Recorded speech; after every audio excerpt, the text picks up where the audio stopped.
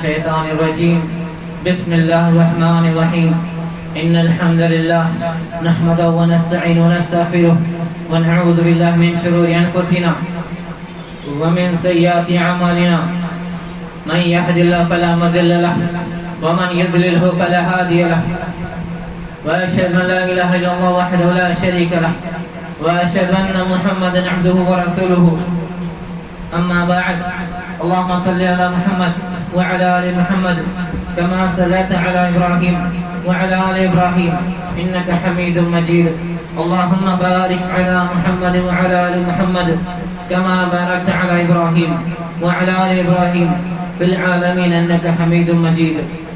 تمام قسم کی تعریف اللہ کے لیے سزاوار ہے جو سارے عالموں کا رب ہے، وہی خالق ہے، وہی مالک ہے، وہی گنج بخش ہے، وہی داتا ہے، وہی مولا ہے، وہی مشکل کشا ہے، وہی دستگیر ہے، وہی اعظم ہے، وہی اعلیٰ ہے. اس کے سوا نہ کوئی دستگیر ہے، اس کے سوا نہ کوئی اعلیٰ ہے، نہ اس کے سوا کوئی ہاتھ پکڑنے والا ہے. وہی بیماری دی، اسی نے بیماری دی اور وہی شفا دینے والا ہے.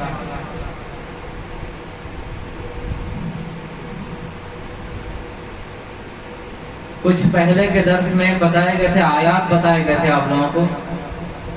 وہ آیات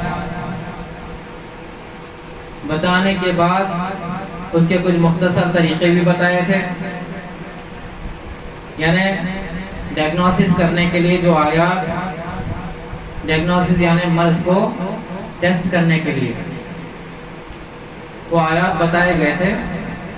اور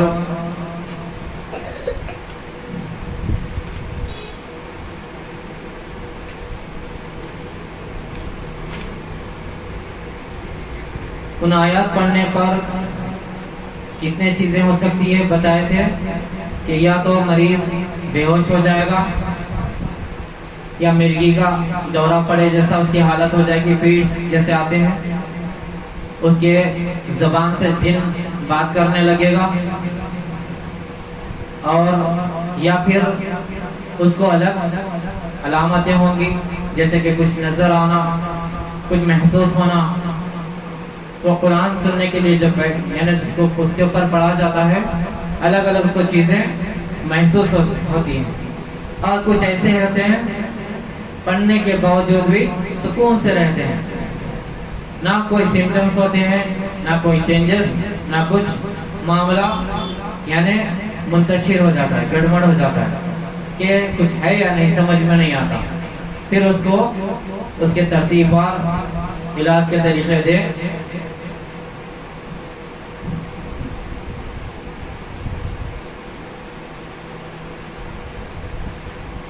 جیسا کہ یہ بتایا تھا، یہ آیات پڑھنے کے بعد سوال بھی بتائے گئے تھے کہ کیا کیا سوال کرنا ہے.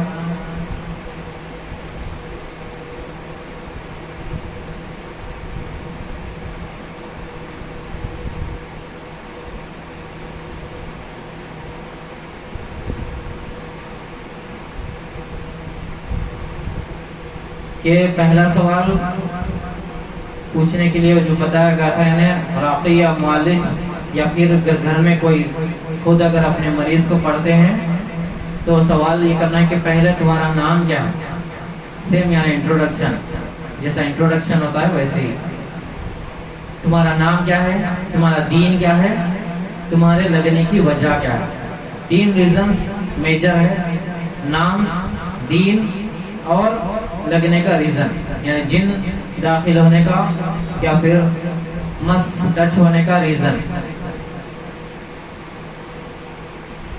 تو اس پر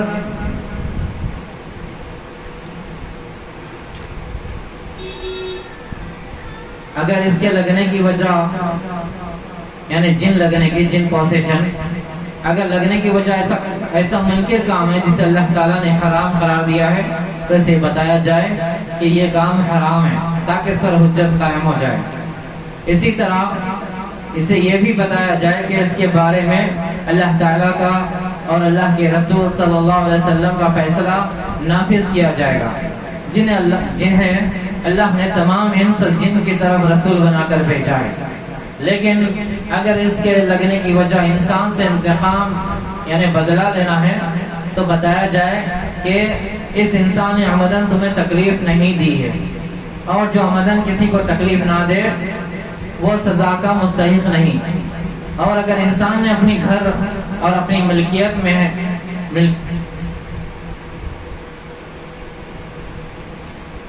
اپنے گھر اور اپنی ملکیت میں کوئی ایسا کام کیا جس سے جن کو تکلیف پہنچی ہے تو یہ بتایا جائے کہ گھر اس کی ملکیت ہے اور اس میں ہر جائز تصرف کرنے کا حق ہے، اور تمہیں انسان کی اجازت کے بغیر ان کی ملکیت یعنی گھر میں رہنے کا کوئی حق نہیں۔ معالج یعنی راقی اسی طرح جن کو اللہ اور اس کے رسول صلی اللہ علیہ وسلم کا فیصلہ سناتا رہے، اس پر حجت قائم کرتا رہے، اسے معروف کا حکم دیتا رہے اور منکر سے روکتا رہے، جس طرح انسان کے ساتھ کیا جاتا ہے، کیونکہ اللہ عز و جل کا ارشاد ہے وَمَا كَانَ مُعَذِّبِينَ حَتَّى اعوذ باللہ من الشیطان الرجیم وَمَا كَانَ مُعَذِّبِينَ حَتَّى نَبْعَثَ رَسُولًا، سورہ بنی اسرائیل آیت نمبر 15۔ ترجمہ ہے اور ہم عذاب دینے والے نہیں ہیں یہاں تک کہ رسول بھیج دیں، یعنی اللہ تعالیٰ کوئی قوم پر عذاب نہیں بھیجتا تھا جب تک کہ اس کے بارے میں میسج نہ دے دیا جائے، یعنی رسولوں کو بھیجا جائے پیغام۔ پھر دوسری آیت میں فرمایا یا معشر الجن والانس الم یأتکم رسل منکم یقصون علیکم آیاتی وینذرونکم لقاء یومکم ھذا، سورۃ الانعام آیت نمبر 130۔ ترجمہ ہے اے جنات اور انسانوں کے جماعت، کیا تمہارے پاس تم میں سے ہی پیغمبر نہیں آئے تھے جو تم سے میرے احکام بیان کرتے اور تم کو اس آج کے دن کی ملاقات کی خبر دیتے؟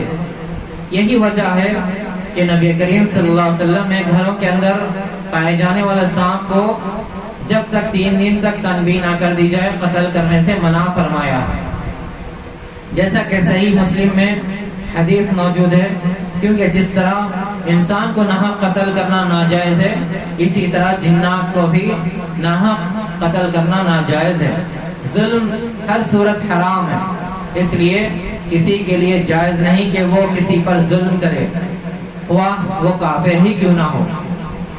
اگر وعظ و نصیحت کے ذریعے سے جن راہ راست پر آ جائے تو وہی بڑی اچھی بات ہے، ورنہ مالک یعنی راقی کو حق ہے کہ اسے ڈانٹ ڈپٹ کرے، دھمکی دے اور لعن طعن اور سب کو شتم کرے، جیسا کہ صحیح مسلم میں ابو درداء رضی اللہ عنہ سے مروی ہے، وہ بیان کرتے ہیں کہ رسول اللہ صلی اللہ علیہ وسلم نماز کے لیے کھڑے ہوئے تو ہم نے کہا آپ کو یہ کہتے ہوئے سنا اعوذ باللہ منک، میں تم سے اللہ کی پناہ چاہتا ہوں، پھر فرمایا العنک بلعنت اللہ، میں تم پر اللہ کی لعنت بھیجتا ہوں۔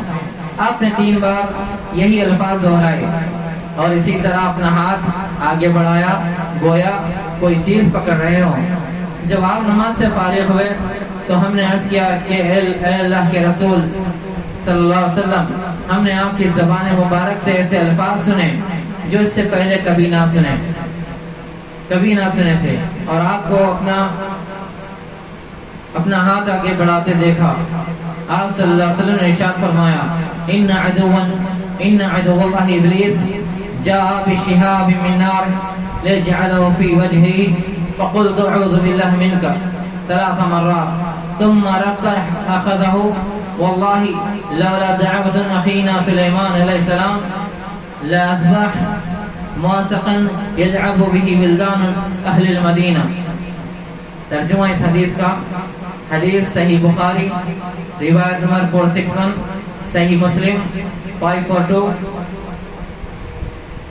اس حدیث میں شیطان سے یعنی ترجمہ ہے یہ حدیث کا، اللہ کا دشمن ابلیس آگ کا ایک شعلہ لے کر آیا تاکہ اسے میرے چہرے پر رکھ دے، تو میں نے 3 بار کہا اعوذ باللہ منک، میں تم سے اللہ کی پناہ چاہتا ہوں۔ پھر میں نے ارادہ کیا کہ اسے پکڑ لوں، اللہ کی قسم اگر میرے بھائی سلیمان علیہ السلام کی دعا نہ ہوتی تو وہ بندھا ہوا ملتا اور اہل مدینہ کے بچے اس کے ساتھ کھلواڑ کرتے۔ اس حدیث میں شیطان سے پناہ مانگنے اور اس پر اللہ تعالیٰ کی لعنت بھیجنے کا ذکر ہے۔ اگر دم کے ذریعے یا امر نہیں، ڈانٹ ڈپٹ، لعنتان اور سب و شتم کے ذریعے جنات انسان کے جسم سے نکل جائے تو مقصد حاصل ہے، بھلے ہی اس کے نتیجے میں جنات کسی مرض کا شکار ہو جائیں یا مر جائیں، کیونکہ اس میں مظلوم انسان کو مصیبت سے نجات دلانا ہے۔ مظلوم کی مدد کرنا مستحب ہے۔ شریعت میں اس کا حکم دیا گیا ہے۔ صحیحین میں براء بن عازب رضی اللہ عنہ سے مروی ہے، وہ بیان کرتے ہیں امرنا رسول اللہ صلی اللہ علیہ وسلم بسبعین ونہانا عن سبع، امرنا بعبادت المریض بعیادت المریض واتباع الجنازہ وتشبید العاطی وابرار القسم او المقسم ونصر المظلوم وإجابة الداعي وإفشاء الإسلام، ونهانا عن الخواتيم أو أن تختم بالذهب وعن شرب بالفضة وعن المباشر وعن الخسي وعن لبس الحرير والاستبرق والديباج۔ صحیح بخاری حدیث نمبر 1239 1239، صحیح مسلم 2066 2066۔ ترجمہ ہے رسول اللہ صلی اللہ علیہ وسلم نے ہمیں 7 باتوں کا حکم دیا اور 7 باتوں سے منع فرمایا۔ آپ نے ہمیں مریض کی عیادت کرنے، جنازے کے ساتھ جانے، چھینکنے والا الحمدللہ کہے تو اس کا جواب دینے یعنی یا رحمک اللہ کہنے، قسم کھانے والے کی قسم پوری کرنے، مظلوم کی مدد کرنے، دعوت دینے والے کی دعوت قبول کرنے اور سلام کو عام کرنے کا حکم دیا ہے، اور ہمیں سونے کی انگوٹھی، چاندی کے برتن میں پینے، ریشمی زین پوشوں سے کسی، استبرق اور دیباج، یہ سب ریشمی کپڑے کی اقسام ہیں، یہ کپڑے پہننے سے منع فرمایا۔ حضرت انس رضی اللہ عنہ سے مروی ہے، وہ بیان کرتے ہیں کہ رسول اللہ صلی اللہ علیہ وسلم نے فرمایا انصر اخاک ظالما و مظلوما، اپنے بھائی کی مدد کرو وہ ظالم ہو یا مظلوم۔ میں نے عرض کیا کہ اللہ کے رسول صلی اللہ علیہ وسلم، اس کے مظلوم ہونے کی صورت میں اس کی مدد کروں گا، لیکن ظالم ہونے کی صورت میں کیسے اس کی مدد کروں؟ فرمایا تمنعه من الظلم فذلك نصرك اياه، تم اس ظلم سے روکو، یہی تمہارا اس کی مدد کرنا ہے۔ حدیث نمبر بخاری حدیث نمبر 2443، صحیح مسلم 2699۔ اور جس میں مظلوم کو پریشانی سے نجات دلانا ہے۔ اور صحیح مسلم میں ابو ہریرہ رضی اللہ عنہ سے مروی ہے کہ نبی کریم صلی اللہ علیہ وسلم نے فرمایا من نفس عن مومن کربہ من کرب الدنیا نفس اللہ عنہ کربہ من کرب اليوم القیامہ ومن یسر على معسر یسر اللہ علیہ فی الدنیا والآخرہ ومن ستر مسلما سترہ اللہ فی الدنیا والآخرہ واللہ فی عون العبد ما کان العبد فی عون اخیہ۔ ترجمہ، جو کسی مسلمان کی دنیا کی پریشانیوں میں سے کوئی پریشانی دور کر دے، اللہ تعالیٰ اس کی آخرت کی پریشانیوں میں سے ایک پریشانی دور فرمائے گا، اور جو کسی تنگ دست کے لیے آسانی کر دے، اللہ تعالیٰ اس کے لیے دنیا و آخرت میں آسانی فرما دے گا، اور جو کسی مسلمان کی پردہ پوشی کر دے، اللہ تعالیٰ دنیا اور آخرت میں اس کی پردہ پوشی فرمائے گا۔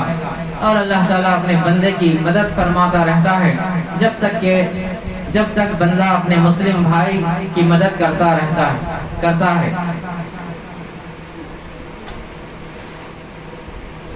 حدیث دوسری جو حدیث ہے وہ صحیح مسلم 2699 ہے، پہلے کی جو حدیث تھی وہ بخاری کی تھی 2443۔ اور صحیح مسلم میں ہی جابر بن عبداللہ رضی اللہ عنہ سے مروی ہے کہ رسول اللہ صلی اللہ علیہ وسلم سے دم کے بارے میں دریافت کیا گیا تو آپ صلی اللہ علیہ وسلم نے فرمایا من استطاع منکم ان ينفع اخاه فليفعل، تم میں سے جو شخص اپنے بھائی کو فائدہ پہنچا سکتا ہو تو اسے فائدہ پہنچا دے۔ یہ روایت مسلم حدیث نمبر 2199۔ اس سارے نصوص معالج کو اس بات کی ترغیب دلاتے ہیں کہ وہ اپنے مسلمان بھائی کا دفاع کرے۔ معالج کو جن سے ایسے سوالات نہیں کرنے چاہیے جن کا کوئی فائدہ نہ ہو، اور نہ ہی ضرورت سے زائد اس سے گفتگو کرنی چاہیے، اور اس کے درج ذیل اسباب ہیں، یہ آگے تفصیل بتائی جائے گی، جو کیا سوالات نہیں کرنے چاہیے اور کیا کیا کر سکتے ہیں۔ جیسا اس میں بتایا گیا کہ نماز میں آپ صلی اللہ علیہ وسلم کے طرف ابلیس آگ کا شعلہ لے کر آیا آپ صلی اللہ علیہ وسلم کے چہرے پہ مارنے کے لیے۔ آپ صلی اللہ علیہ وسلم نماز کے اندر نماز کی حالت میں آگے بڑھے اور کچھ پکڑے جیسا صحابہ نے دیکھا۔ آپ صلی اللہ علیہ وسلم نے بتایا کہ اگر سلیمان علیہ السلام کی دعا نہ ہوتی تو میں اس کو پکڑ کر باندھ دیتا اور مدینے کے بچے اس سے کھیلتے، اس کو ستاتے کھیلتے وغیرہ۔ تو اس میں بتایا گیا کہ جب شیطان کوئی وسوسہ بھی ڈالے تو اللہ سے پناہ مانگ سکتے ہیں، اور دوسری روایت میں اعوذ باللہ من الشیطان الرجیم پڑھ کر لیفٹ سائڈ اسپٹ کرنا، یعنی سالیوا کے باہر ایک چھٹے گرنا چاہیے۔ اور دوسری روایت میں کیا بتایا کہ مریض کی عیادت یعنی بیمار جو ہے اس کی تکلیف پوچھنا، اس کی کیفیت لینا، آپ صلی اللہ علیہ وسلم نے احکام دیے ہیں مسلمان ایک دوسرے مسلمان کے لیے۔ اور دوسرا جنازے کے ساتھ جانا، جو جینٹس جا سکتے ہیں۔ اور تیسرا کوئی ٹھیک ہے الحمدللہ کہے تو اس کا جواب دینا، اس کے ساتھ قسم کھانے والے کی قسم پوری کرنا، اس کے بعد ہے دعوت دینے والے کی دعوت قبول کرنا۔ اب دعوت کے اوپر ایک بات ضروری بتانا ہے، ایک بات نہیں طویل ہے، مختصر میں۔ دعوت کو لوگ کیا کہتے ہیں، حدیث ہے نا دعوت قبول کرنا ہے مسلمان کی۔ اب 11ویں کی دعوت آئے گی چلے جائیں گے، نہیں نہیں حدیث ہے مسلمان کی دعوت ہے۔ کنڈے 12ویں جشن میلاد النبی الگ الگ قسم سے کیا کرتے ہیں، نہیں حدیث ہے نا مسلمان کا دل نہیں توڑنا، دعوت قبول کرنا، وہ دعوت جو شرعی ہو۔ یہاں تک کہ منجے سانچے کی دعوت میں بھی نہیں جانا ہے، کیوں غیر شرعی ہے، کرنے والا جو خود گنہگار ہے، جانے والے بھی شامل، جتنے اس میں شامل ہوں گے۔ دعوتوں کی جتنی طریقے ہیں اس میں دیکھا جائے کہ یہ جائز ہے یا ناجائز، حرام ہے یا حلال، تو یہ دیکھ سمجھ کر کریے۔ اس میں دعوت قبول کرنے کا مطلب ہے صحیح دعوت شرعی جس میں اجازت ہو۔ اور اس کے بعد اور اکثر لوگ کیا کرتے ہیں دعوت کے بارے میں، اگر دعوت میں نہیں گئے تو وہ لوگ کھانا بھیج دیتے پارسل، پڑوسی ہے نا پڑوسی کا حقوق، ایسے ٹائم حقوق یاد آ جاتا، کورونا میں یاد نہیں آتا۔ یہ کیا ہے واقعی میں سوچنے والی بات۔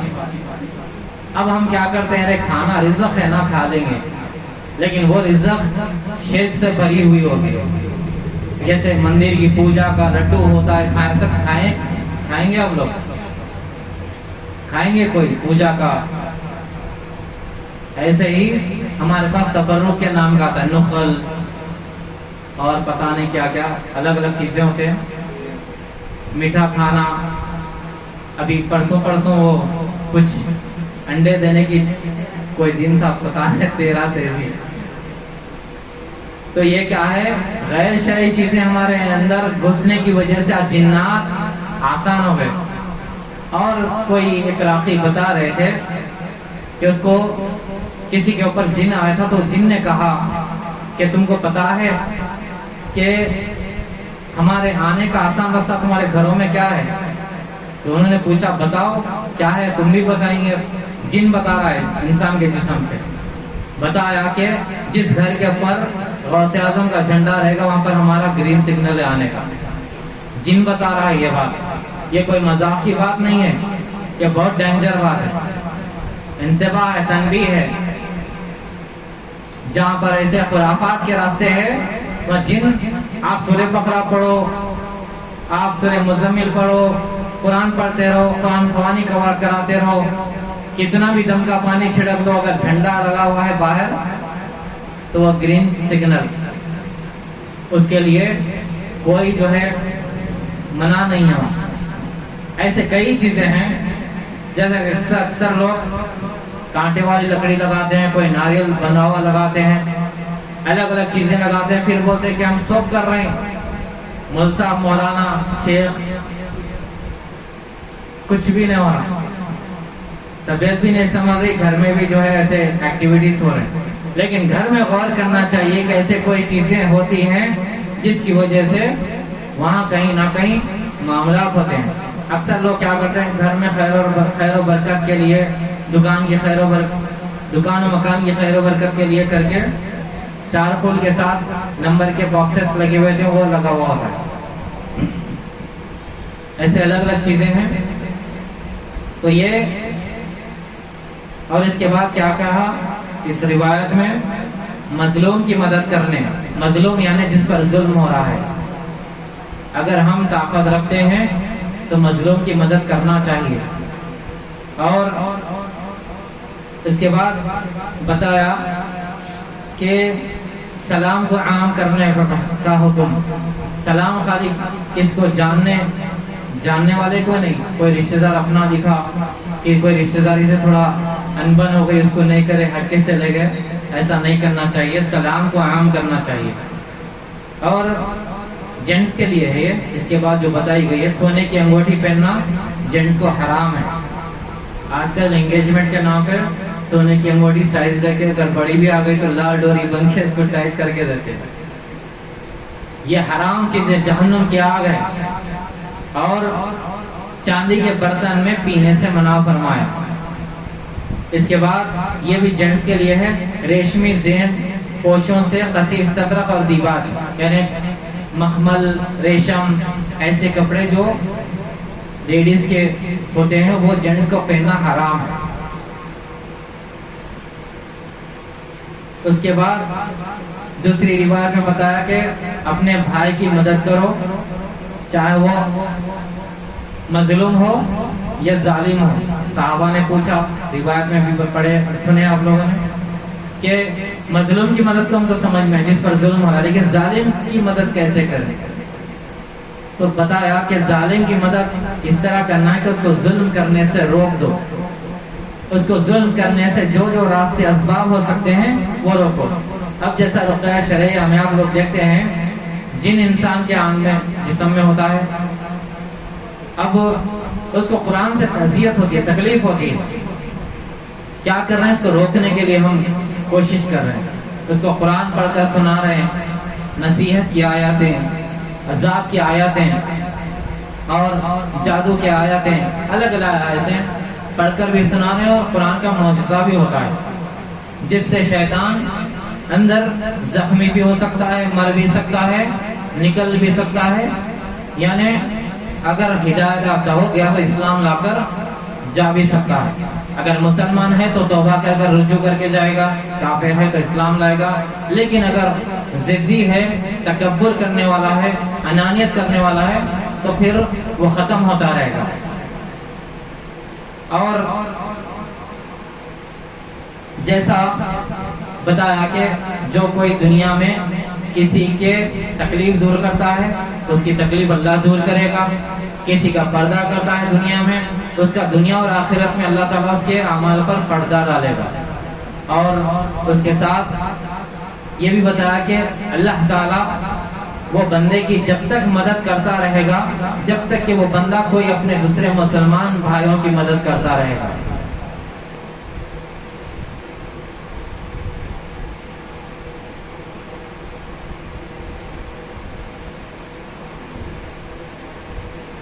تو یہ رقیہ شرعیہ ایک ایسا کام ہے جس میں بیماروں کی عیادت بھی ہے، جا کر تو ہم لوگ نہیں کرتے، کم ہے، لیکن آپ لوگ بلا کر کرتے ہیں تاکہ ٹائم مینجمنٹ ہو.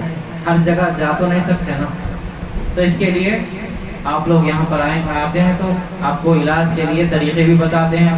تو یہ رقیہ ایک ایسی چیز ہے جس میں عیادت بھی ہے، ظلم سے روکنا بھی ہے، اور مدد بھی کرنا ہے، اور بہت چیزیں اس کے اندر، اور اس کے اندر دین کی نصیحت ہے، ہر چیز ہے، قرآن ہے. تو اس میں کیا ہے؟ فائدہ ہی فائدہ ہے. اب جیسا آپ لوگ ہیں اور بھی کئی لوگ آتے ہیں، آپ لوگ سے سب سے زیادہ فائدہ میرا فائدہ ہے. کیوں؟ کیونکہ جتنے آپ لوگ ہیں، آپ لوگوں کی کچھ تو دعا ملے گی نا، دعا کریں گے نا آپ لوگ کہ ہمارے فلاں شیخ یا مولوی صاحب یا پھر مولانا کو بھی اللہ حفاظت سے رکھنا، کرتے ہوں گے نا کوئی نہ کوئی.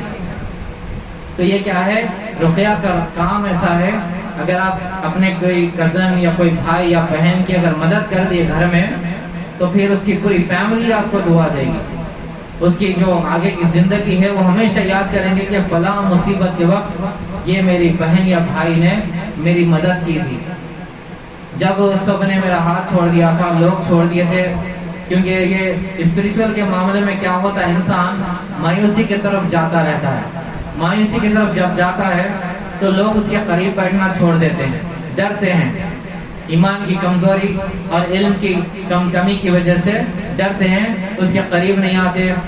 کہاں کیفیت پوچھ لیے تو ان کا جن ہمارے اوپر آ جائے گا، ایسا سوچتے ہیں. جیسا کورونا کا ڈر، ایسے جن کا ڈر انسان کو ہوتا ہے.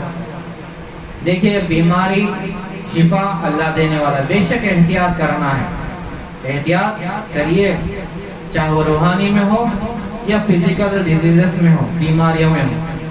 لیکن اگر آج آپ اور ہم اگر ہمارے کنبے قبیلے یا اپنے مسلمانوں کو چھوڑیں گے، کل وہ دن بھی آئے گا ہم کو بھی سب چھوڑ دیں گے. آئے گا نا؟ ایسا آ سکتا ہے نا. ہر ٹائم چینج ہوتا ہے، کسی کا کوئی بھی وقت آ سکتا ہے. اس لیے اللہ کے لیے یہ قرآن کو سمجھیے، قرآن گھر کے اندر کھولیے، ٹرانسلیشن سے پڑھیے، تاکہ جب آپ پڑھیں گے یا قرآن سنیں گے تدبر سے، دل کے اندر سے اس کو اللہ کے قریب کریں گے تو آنکھ سے آنسو نکلیں گے. اللہ کے ساتھ کنیکشن ہوگا. جب اللہ کے ساتھ کنیکشن ہوگا، کسی کی مجال ہے پھر کوئی کچھ کر سکے. اللہ اگر ہمارے ساتھ کنیکٹ ہو جائے، اللہ کے ساتھ اگر ہماری طاقت مضبوط ہو جائے، تو کیا کوئی دنیا کی طاقت ہے ایسا کوئی تکلیف پہنچا سکتی ہے؟ آج دیکھیے دنیا کے حالات بہت ہی نازک ہے، مسلمانوں کے خاص کر کے. آج ہم اور آپ جیسا یہ رقیہ شریعہ کی جگہ ہے، بیان، درس، خطابات، خطبے کئی ہوتے ہیں، جذبے والے، جوش میں لانے والے، گرجدار، اور ایمان ایک ایسا حرارت کرواتے ہیں کہ اب اٹھ کے اب جو ہے نکل جانا جنگ میں. کرتے ہیں نا ایسے لوگ بیان کرنے والے.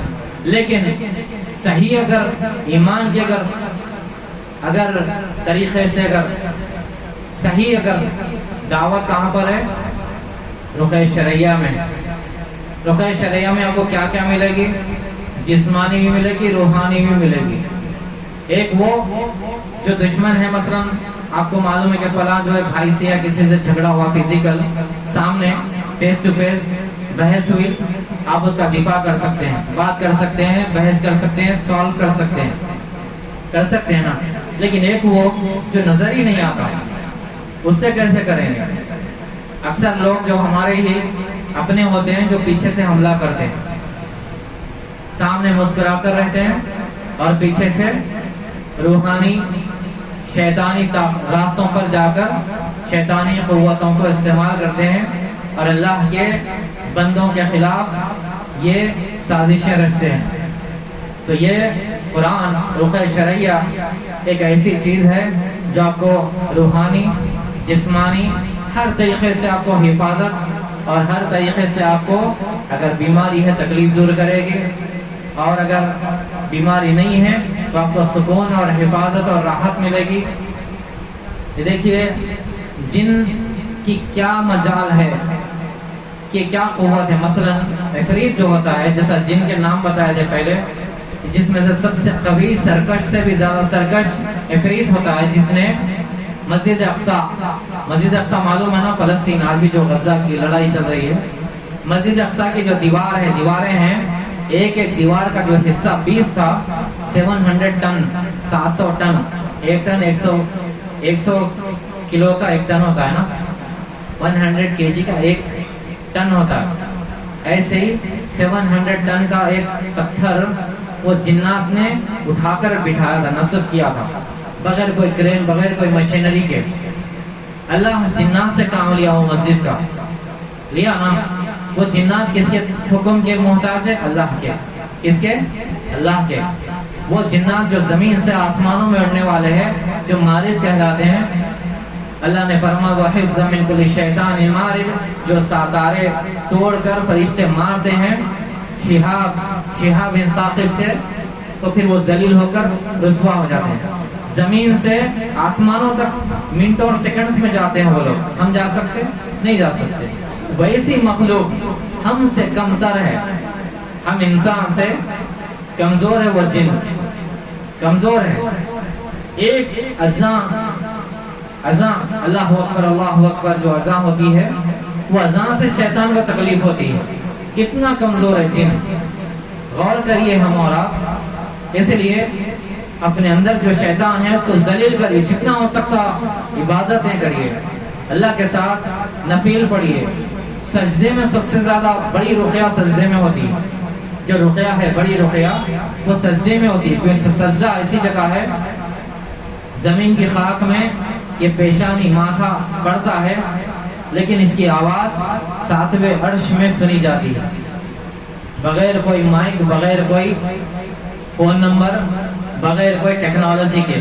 وہ رب یہاں سے وہاں کنیکٹ ہو جاتا ہے، بغیر کوئی وائرنگ، بغیر کوئی کیا کہتے ہیں، جیسا کہ بغیر کوئی کنگڈم کے، ایک بندہ، ایک اللہ کا بندہ، چاہے وہ فقیر ہو یا رئیس ہو یا کنگ ہو یا پھر عام انسان ہو یا لنگڑا ہو یا ہاتھ پیر سلامت والا ہو، کوئی بھی اگر سجدہ کر دے رب سے کنیکٹ ہو جائے گا۔ جب رب سے کنیکٹ ہو جائے گا، آج دیکھیے پوری دنیا، یہ دعا کی اہمیت یاد رکھیے، دیکھیے پوری دنیا، ساری دنیا مشرق سے لے کر مغرب تک آج فتنوں کا دور ہے۔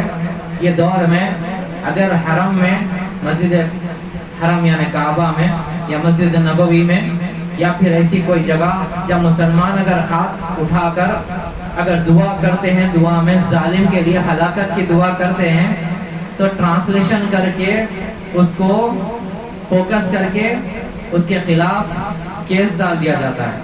کیوں ڈال دیا جاتا ہے؟ دعا کا پاور۔ ان کو معلوم ہے، یقین ہے کہ یہ اپنے رب سے جو ہے شکایت کر رہا ہے، اپنے رب سے دنیا کی ظلم کی شکایت کر رہا ہے، تو وہاں پر وہ سیدھا جائے گی۔ اور ڈر جاتے ہیں لوگ، کافر ہمیشہ دعا سے ڈرتا ہے، ہر قسم کا کافر، چاہے وہ انسان ہو یا جنات ہو۔ کیا ہے رقیہ شریعہ؟ کیا ہے اس کا ٹرانسلیشن؟ کیا ہے ٹرانسلیشن؟ معلوم ہے نا کسی؟ تقریباً لوگ دعا کا رقیہ شریعہ کا ٹرانسلیشن کیا ہے؟ اردو میں کیا کہتے ہیں ٹرانسلیشن؟ یعنی تفسیر کیا ہے اس کا؟ مطلب کوئی بھی ٹریننگ نہیں کر رہے۔ رقیہ شریعہ کا پورا ٹرانسلیشن ہے دعا، دعا، دعا۔ گھروں میں بول کے آتے ہوں گے نا، کہاں جا رہے ہیں؟ دعا پڑھانے کے لیے جا رہے ہیں، بولتے ہوں گے نا آپ لوگ۔ یہ کیا ہے؟ مناجات، اللہ سے مناجات کرنا، اللہ سے گڑ گڑانا، اللہ سے کنیکٹ ہو کے مرض کے لیے دعا کرنا۔ آیتیں جو پڑھی جاتی ہیں جادو کے، جیسا کہ دعا ہے السحر ان اللہ سیبطلہ، اے اللہ وہ جادو اپنی قدرت سے اللہ کھولنے والا ہے، ان اللہ سیبطلہ، بے شک اللہ ہی کھولنے والا ہے۔ تو جب ریپیٹ کرتے ہیں، دعا کرتے ہیں کہ اللہ یہ جادو کھول دے، یہ جادو کھول دے، سب کا کھول دے، ہمارے بہنوں کا کھول دے، ماؤں کا کھول دے، سب کا کھول دے، دعا کرتے ہیں اس میں۔ ایسے ہی حسد کے لیے دعا کرتے ہیں، یا پھر نظر کے لیے دعا کرتے ہیں۔ دعا ہے نا، یہ دعا یہ ایسی عبادت ہے سب سے زیادہ بڑی جو دعا ہے وہ سجدے کی دعا ہے. سجدے میں اللہ سے مانگنے اگر آ گیا آپ کو پھر خلاص کوئی آپ کو نہیں روک سکتا. بے شک جو ملنا ہے جو مقدر ہے وہ ملے گا. جیسا کہ بیماری ہے, اگر بیماری سمجھو کہ طویل لکھی ہوئی کسی کو اللہ شفا جیسا دیکھتے ہیں, ایک دن میں 2 دن میں مل جاتی ہے, کسی کو 1 سال 10 سال بھی لگتے ہیں. صحیح طریقے فالو اپ کرنے والوں کی بات کر رہا ہوں میں. کیوں؟ کیونکہ مقدر میں لکھا ہوا ہوتا ہے, تقدیر میں, تاکہ اللہ گناہوں کو معاف کر کے درجات بلند کرتا ہے. مگر صحیح رقیہ صحیح علاج کروانے سے ہوتا یہ ہے, بیماری تو ہوتی ہے لیکن محسوس نہیں ہوتی. جن ہوتا ہے لیکن کہیں ہمارے جسم میں کونے میں پڑا ہوا بیچارہ بے ہوش پڑا ہوا ہوتا ہے, کچھ کر نہیں سکتا. جادو کتنے ہی منتر کر لو, اثر تو اس کا دماغ پہ کنیکٹ ہو جائے گا, مگر آپ کو وہ اثر زیادہ تکلیف نہیں دے سکے گا. اس کو اختبار کہتے ہیں. اختبار یعنی اللہ امتحان لینا چاہے تو اذکار پڑھنے کے بعد, صحیح علاج کے طریقے کرنے کے بعد. سمجھ میں آیا آپ لوگ؟ سمجھ میں آیا کیا ہے رقیہ؟ دعا کیا ہے؟ دعا مومن کا ہتھیار ہے. دعا مومن کا ہتھیار ہے. اور سب سے بہترین دعا کہاں ہوتی ہے؟ سجدے میں. اگر کوئی بولے کہ فلاں بابا یہ اتارا کرے گا, یہ گیٹی باندھے گا, نہیں اتنے دن پڑھو بولے, 41 ڈیز پڑھو بولے, نہیں رات میں جگ کے یہ ٹائمش پڑھنا بولے, ارے نہیں قرآن بتا رہے نا, نہیں 1000 بار پڑھو بولے, ہزارہ کی تسبیح لے کے اللہ کا نام ہی بتایا نا, کیا غلط بتایا, ایسا کرو بولے ایسا کرو. کیونکہ شیطان اسلام سے مسلمانوں کے نام سے ہی کھیلتا ہے. 73 میں 72 آؤٹ ہو جائیں گے, 1 انٹری کرے گا. 72 جہنم میں جائیں گے.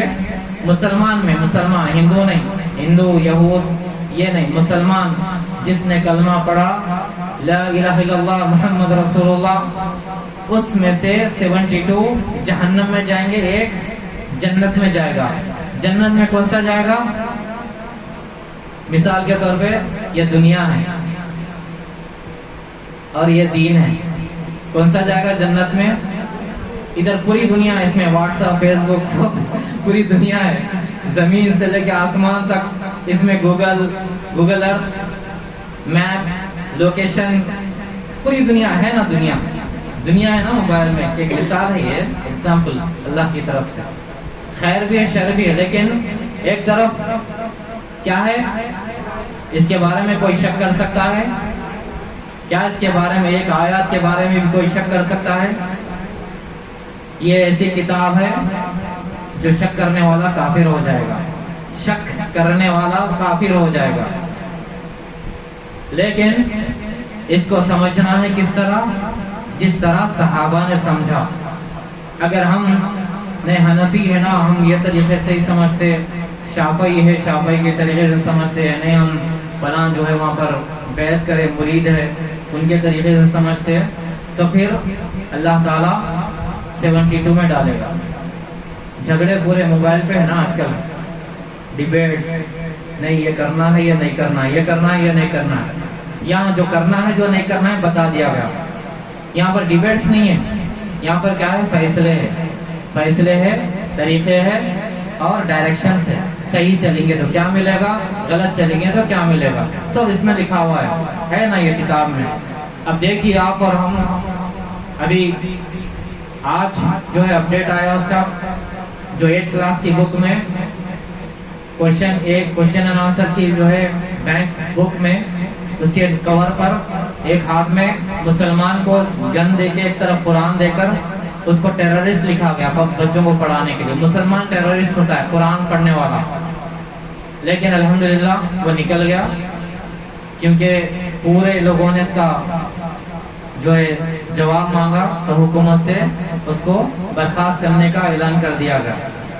تو سازشیں کھل کر چل رہی ہے اور ہم سو رہے ہیں گھروں میں. صرف کیا کون کرا دیے گی, کیا کرا دیے گی, کس نے یہ کر دیا ہوں, کس نے وہ کر دیا ہوں. ہم یہ سمجھیے یہ بیماریوں کے ذریعے اللہ یہ قرآن کے قریب لایا ہم کو.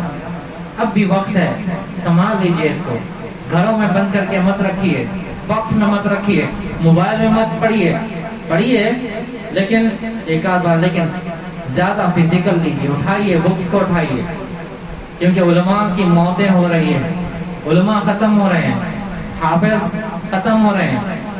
وقت جیسا ہے نا، قیامت کے نشانوں میں قرآن کے حروف اڑ جائیں گے، بچپن میں سنتے تھے، لیکن علم اڑ جائے گا، علم اس کی تفصیل ہے، علم اڑ جائے گا۔ علم اٹھ جانے کا مطلب کیا ہے؟ کیا حروف غائب ہو جائیں گے پیپر میں سے؟ غائب نہیں ہوں گے، جہالت عام ہو جائے گی، عالمہ مر جائیں گے، علماء کو موت ہو جائے گی، جاہل اپنے آپ کو عالم بتائیں گے۔ آج دیکھیے سوشل میڈیا پہ ہر کوئی مفتی بنا ہوا ہے، تو اس لیے اللہ کے لیے قرآن کو تھام لیجئے، صراط مستقیم اسی سے ملے گی، کیونکہ رسول صلی اللہ علیہ وسلم نے آخری وصیتوں میں فرمایا کہ میں تمہارے اندر دو چیزیں چھوڑے جا رہا ہوں، اس کو پکڑے رہو گے تو تمہیں گمراہ کوئی نہیں کر سکتا، اگر تم اس کو چھوڑ دو گے تو تمہاری ہلاکت کے لیے کوئی پھر چیز باقی نہیں رہے گی، یعنی ہلاک ہو جاؤ گے۔ صحابہ نے پوچھا کیا؟ تو بتایا کہ ایک قرآن، دوسرا رسول کا فرمان، ایک قرآن، دوسرا رسول صلی اللہ علیہ وسلم کا فرمان۔ لیکن کس کو بتایا؟ صحابہ کو۔ ہم کو کس طریقے سے لینا ہے؟ صحابہ کے طریقے سے۔ اللہ ہمارے پڑھنے، بولنے، سننے سے زیادہ عمل کی توفیق عطا فرمائے، اور تمام کو شفا کامل اور عاجل عطا فرمائے۔